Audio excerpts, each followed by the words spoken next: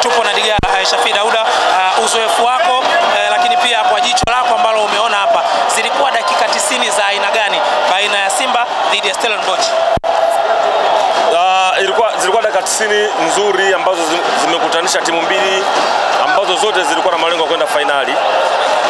Timu zote zimecheza vizuri sana kwa maana ya namna zilivyokuja kulingana na aina ya mchezo jinsi ulivyokuwa.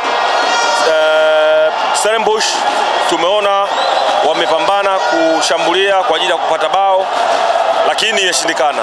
Ni kwa sababu Simba walijua kwamba ili waweze kwenda finali, pamoja na kwamba walikuwa na jukumu la kufunga, lakini ushindi wao mkubwa ulikuwa ni kutokuruhusu goli lao kutekiswa, na walionekana wamecheza kikubwa pamoja na pressure kubwa ambayo ilikuwa inaonekana kwenye eneo lao, especially kipindi cha kwanza kuanzia dakika 20 kwenda mpaka dakika 45.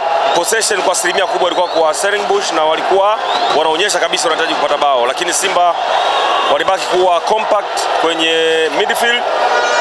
Kagoma na mwenzake Ngoma walikuwa imara sana kuhakikisha kwanza wachezi foul, cha pili hawaruhusu Stellenbosch kucheza mipira ya hatari kwenye nusu yao. Kwa hiyo second half tena wakatulia na wote tumeona hawakuwa na pressure, na namna ambavyo pia goalkeeper Kamara amecheza naye kwa uzoefu mkubwa sana, namna ambavyo alikuwa anaipoza game ilikuwa inasaidia Simba kurudi kwenye mchezo. Kwa hiyo all in all Simba wamedeserve kwa sababu wamekuwa na wachezaji ambao wana uzoefu, wachezaji ambao wana uwezo, na kwa aina ya timu jinsi ilivyo sio ajabu kufika hapa walipofika. Nini wanatakiwa sasa kufanya katika mchezo wa finali katika kufukia ile mianya iliyojitokeza katika michezo hii ya awali?